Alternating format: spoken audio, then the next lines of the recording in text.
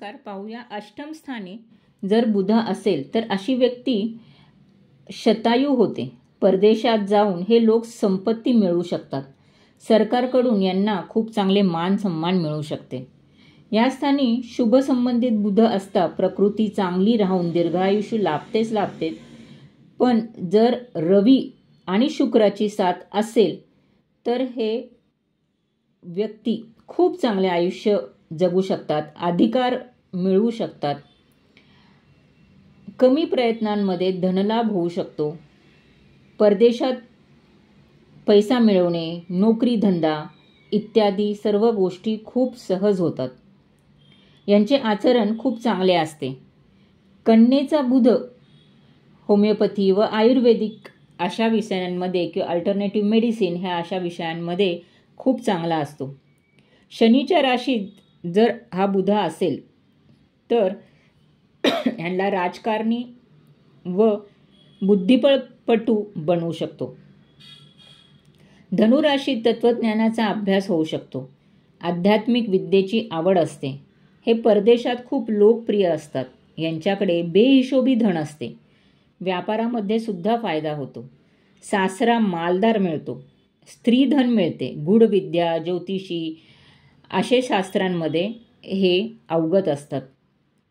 वारसा हक्काने पुस्तकांची रॉयल्टी मिळणे, वडिलांचे पुष्कळ असे वडिलोपार्जित काही गोष्टी मिळणे, शेअर्समध्ये कमाई.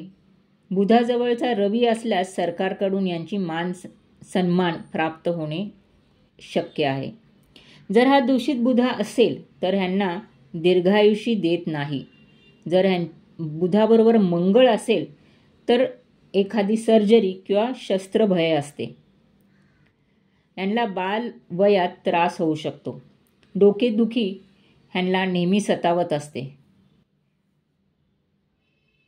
यांना त्रास व अडचणी नेहमी येत असतात. कोर्ट कचऱ्या कराव्या लागतात, खोटे बोलावे लागते, खोटे वाईट वागावे लागते, अफरातफरी करावी लागते. असा हा दूषित बुध ह्यांना वागणूक करायला लावतो.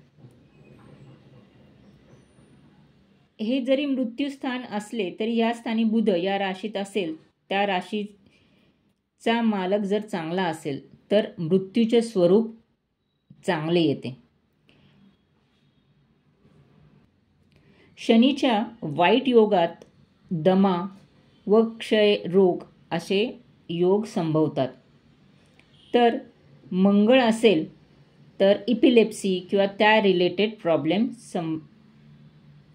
असू शकतात.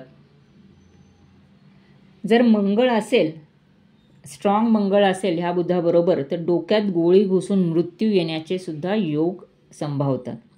तर असा अष्टमीतला बुध जर चांगला असेल तर आयुष्य खूप चांगला देतो, अफाट धनसंपत्ती देतो, परदेशागमन देतो, परदेशी बिझनेस हा असा सुद्धा नावलौकिक देतो. पण जर हा बुध दूषित असेल, मंगळाबरोबर शनी बरोबर असेल तर ह्यांना खूप दुर्बळ बनवतो.